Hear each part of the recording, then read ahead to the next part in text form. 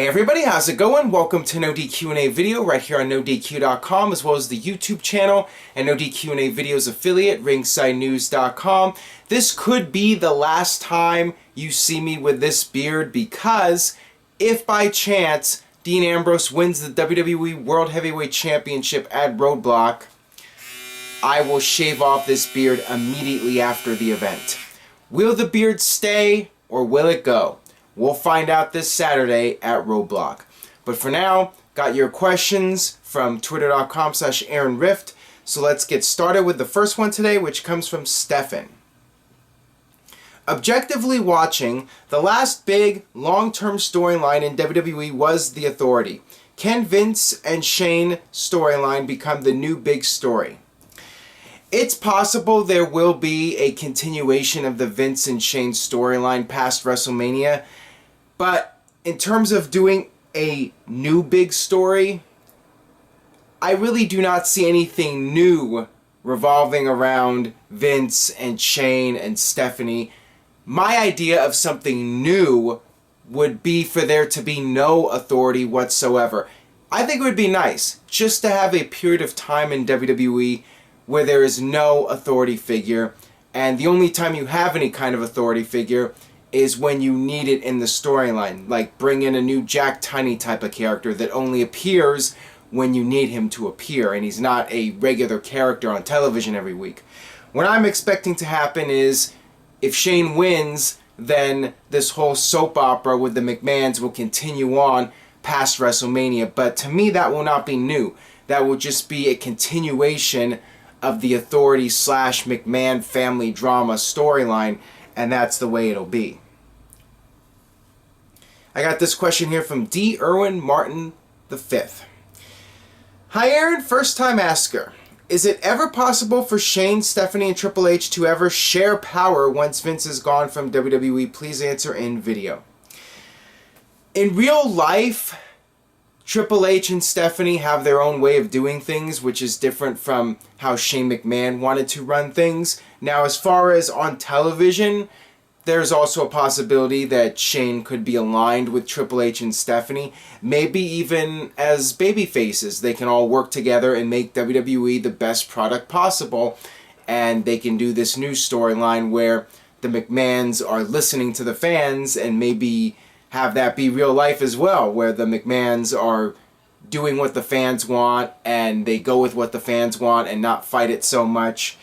So it is possible you could see all of them together, but WWE likes to go with what works for them. And over the years, the McMahon family drama has always equaled big ratings and gotten buzz, and people have talked about it, and that's all WWE really knows, is the McMahon family. That has been the core of the WWE universe. So I think that there'll continue to be conflict between the McMahon family members, and I would find it surprising if there was ever a time where all the McMahons were baby faces on the same page, just trying to make WWE this great product and not being concerned with authority figures on television. I would be surprised if that happened. I would like it. Going back to earlier, I would like some kind of change where there are no heel authority figures, but I could see this playing out for years to come, with Triple H and Stephanie coming out there as heels, or Shane being a heel, or Vince being a heel, and then the next minute they praise the fans and they do the charities, and Triple H is a babyface on NXT, and it's this back and forth crap. I'm expecting more of that. Alright, this one comes from William Hardy. Could you see Linda McMahon getting into the Shane and Vince storyline and be Shane's supporter? Would this be a good idea? It would not surprise me if Linda McMahon shows up at some point, especially if this Shane McMahon storyline goes on for an extended period of time. If that's the case, then I think it would be more likely that we could see Linda pop in for a special appearance or even become a character again on television. I don't know if it'll go that far. I think it's more likely she'll just make a one-time appearance, if she makes any kind of appearance whatsoever. But then again, going back to earlier, if the ratings are good and the storyline is interesting, WWE may bring in Linda and have her be part of the McMahon family drama and just repeat the same storyline they did over a decade ago with the four McMahons going back and forth and taking sides and all that stuff. So would not surprise me to see her. Not sure if it's going to happen or not, but I mean, I definitely think it's a possibility we could see her at some point. Especially since Vince also called Shane a son of a bitch. So, you know, a lot of people have speculated about that's some sort of foreshadowing that Linda's going to show up at some point. Who knows? Alright, this one comes from Daniel Enigma. Please answer in video. Can you see Shane McMahon defeating The Undertaker at WrestleMania 32? Because it would be awesome to see him run WWE. It's really interesting because I'm not sure how you conclude this match in a way that will satisfy all the fans. And to me, this was the same problem with SummerSlam with the Lesnar versus Undertaker match. How do you come up with a finish that is going to satisfy everyone? On one hand, having Shane win makes sense to keep this storyline going and have Shane run Raw, and it gives you something to look forward to after WrestleMania. But on the other hand, he has to beat The Undertaker, and I'm not too sure that a lot of people want to see The Undertaker lose at this point, especially to somebody like Shane McMahon. As it is, there are already enough people complaining about this match, feeling that Shane McMahon beating up The Undertaker is not believable, and I could definitely see that argument. So it's going to be a challenge. It is going to be a challenge for WWE. I think the match will be great. I think Shane's going to take a lot of crazy bumps, and it's going to be very physical, very intense. It's just a matter of telling the right story and having the right conclusion to satisfy the fans and keep the fans invested past WrestleMania. Can WWE pull it off? We'll find out at WrestleMania. Alright, this one comes from Wreck-It Beckett. I like that username. Do you see Shane doing crazy spots or jumping off of things at WrestleMania?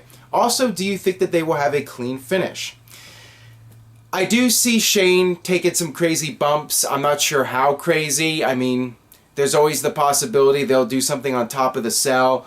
There's been people speculating that maybe Shane will jump off of the Jumbotron above the ring, depending on how the cell is configured and all that. And people are still wondering how they're going to configure the cage with the Jumbotron there.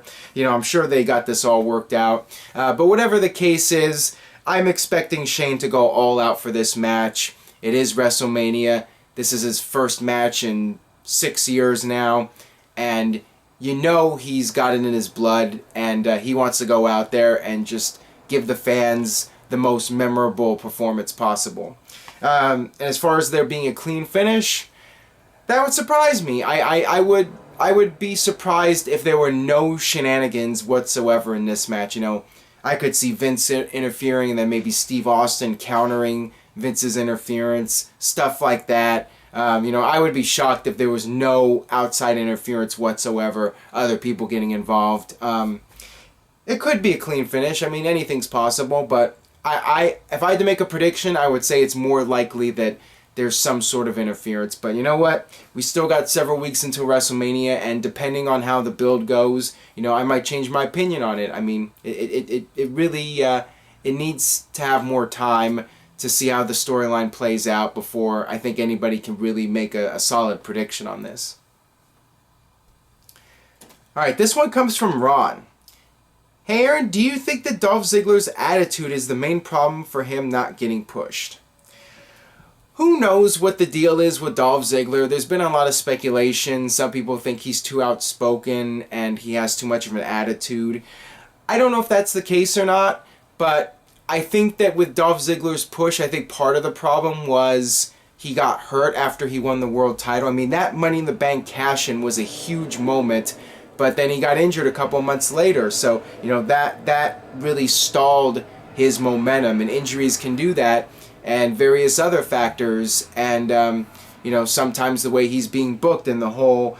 I think with Dolph Ziggler, it's also him being a victim of the 50-50 booking, with guys winning and losing, you know, equal amount of times, you know, trading wins and losses, and it really does nothing to elevate the talent when they're losing as many matches as they win. And, you know, Guys have overcome the 50-50 booking. Guys like The Rock have done it, but there are very few exceptions to the rule. The Rock was The Rock. He could get away with losing a lot of matches. People would still care about him and see him as a main eventer. With Dolph Ziggler, you know, he needs some wins. He needs some credibility, you know. So there are various factors as to why he hasn't been getting pushed at the top level. Alright, this next one comes from Beast Slayer. Do you think one of the 3 blockbuster matches at WrestleMania might cross paths depending on the outcome of each match? I do see that as a possibility. If WWE does go with that double heel turn, which I'm not expecting, but if it does happen, I'll shave off the beard if the beard's not already gone by then. I could see Shane McMahon perhaps coming out in the main event and acting like he's helping Roman Reigns, the babyface helping the babyface, but then it's revealed that they are in cahoots and Shane turns heel as well.